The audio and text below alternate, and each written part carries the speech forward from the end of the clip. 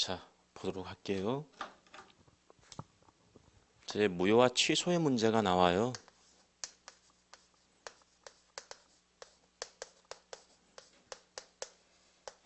우리가 민법 시간에 공부한 내용은 계약이라고 했잖아요. 우리는 다른 거 공부하는 게 아니에요. 계약을 공부하는 거예요. 그렇다면 각거리 만나서 계약을 체결했잖아요. 계약을 체결했을 경우에 당사자가 의도하는 대로 그대로 효과가 있는 것 유효, 효과가 전혀 없다 이게 부효, 그리고 취소라고 하는 것은 취소하기 전까지는 일단 효과가 있지만 취소해버리면 전혀 효과가 없게 되는 거죠. 그래서 우리가 계약 관계를 체결하게 되면 그 계약 관계가 유효인지 무효인지 아니면 취소할 수 있는지 이런 부분들이 따라 나올 수밖에 없다는 거죠. 그렇죠? 그래서 무효와 취소의 문제가 나온다는 겁니다. 여기서 효는 효과를 의미하는 거죠. 효과가 전혀 없다는 거죠. 이걸 무효라고 합니다. 각거리 만나서 계약을 체결했어요. 계약이 됐다 그 말이죠. 계약이 성립했다 그 말이에요. 계약이 성립했는데 전혀 효과가 없을 때 이걸 무효다라고 합니다. 그 다음에 취소라고 하는 것은 취소하기 전까지는 일단 효과가 있어요. 근데 만약에 취소권을 가진 사람이 취소해버리면 이거는 효과가 없어지는 거죠. 간단하게 제가 좀 설명을 해드려 볼게요. 자, 갑이 건물을 가지고 있네요. 을과 만나 매매계약을 체결했고요. 이전 등기를 격려했네요. 그런데 이 갑이 을과 계약을 체결할 당시에 뭐가 없었냐면 의사 능력이 없었어요. 판단 능력이 없는 사람이 계약을 했다라고 한다면 자기에게 완전 불리한 계약이 체결됐겠죠. 따라서 의사 능력이 없는 사람이 계약을 했어요. 이 계약은 뭐가 되겠습니까? 전혀 효과가 없는 거예요. 무효가 되는 거예요. 무효가 되기 때문에 이 등기도 유효 등기겠어요? 무효 등기겠어요? 당연히 원인 무효 등기가 될 거 아니에요. 누가 소유자가 되는 거예요? 여전히 갑이 소유자가 될 거 아니에요. 갑이 소유자예요. 그런데 등기부를 떼보면 등기부상 소유자가 누구로 나와 있어요? 을로 나와 있잖아요. 따라서 이 갑은 당연히 을을 잡아가지고 이 무효 등기에 대해서 뭐 해달라? 말소 등기를 청구할 수 있는 거 아닙니까? 그쵸? 그럼 여기서 보시는 것처럼 각거리 만나서 계약을 체결했는데 전혀 효과가 없다. 이 말의 의미를 다시 한번 설명해 볼게요.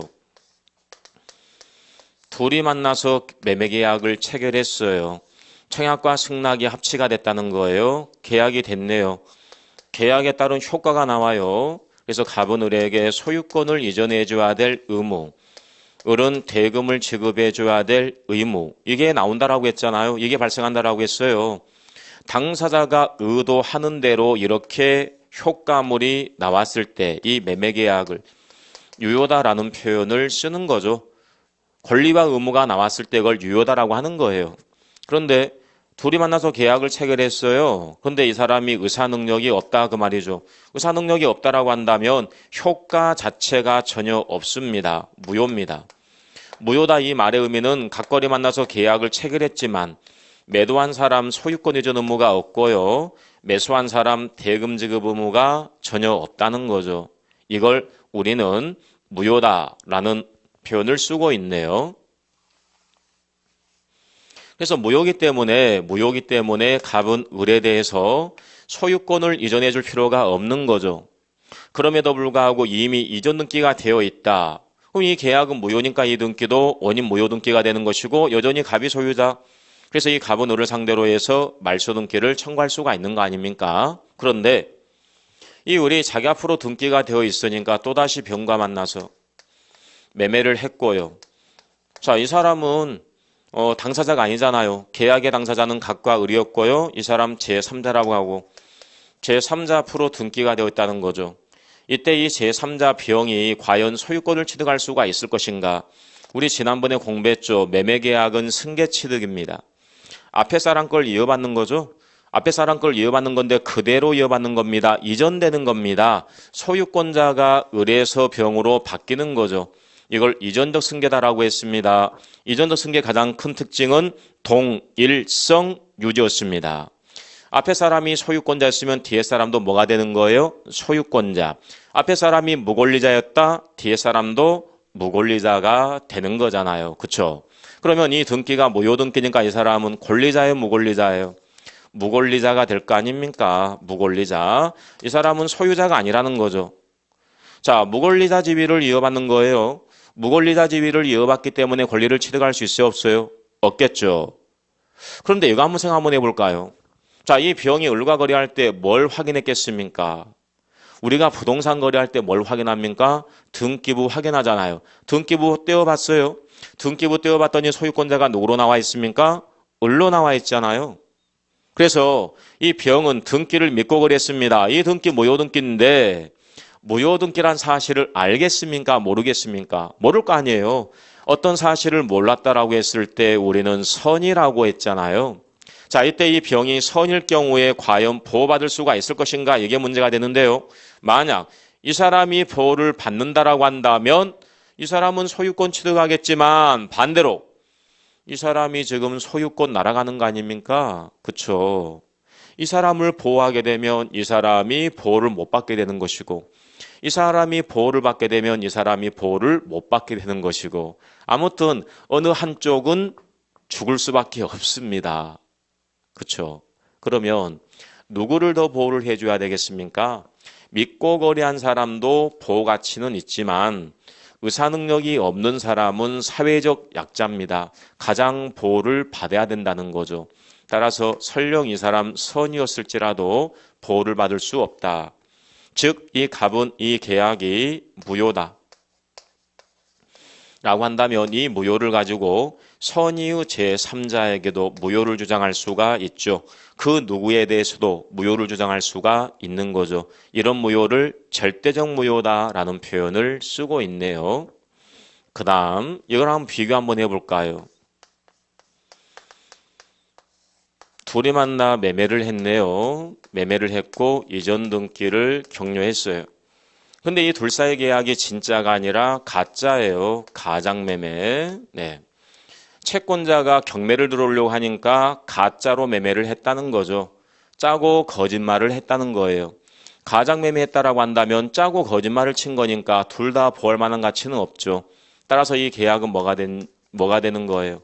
무효가 되잖아요. 그럼 이 등기도 무효등기가 되겠죠? 그렇죠? 여전히 누가 소유자예요? 갑이 소유자예요.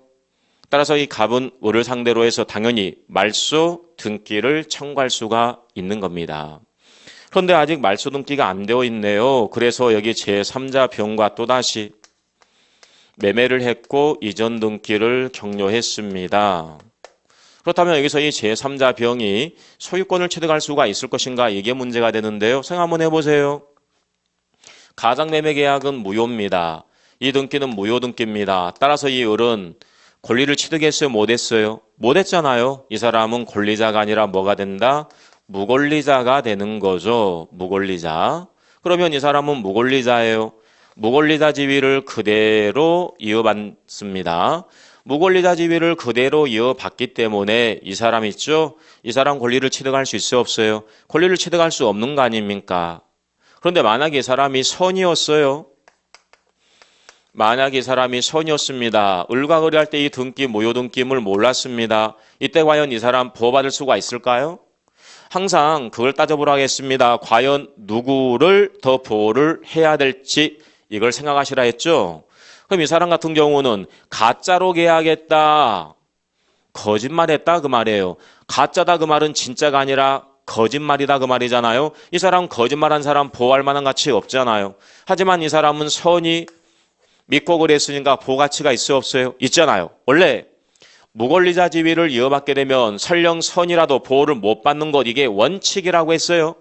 하지만 특별히 거래의 안전을 보호할 필요성이 있다라고 한다면 그때 보호를 받는데요. 여기 보시는 것처럼 이 사람 선이면 갑보다는 당연히 병을 더 보호를 해줘야 되겠죠. 따라서 이 갑은 이 계약은 무효다. 근데 이 무효를 가지고 선의의 제3자에게는 주장할 수 있어 없어요? 주장을 못하게 되겠죠.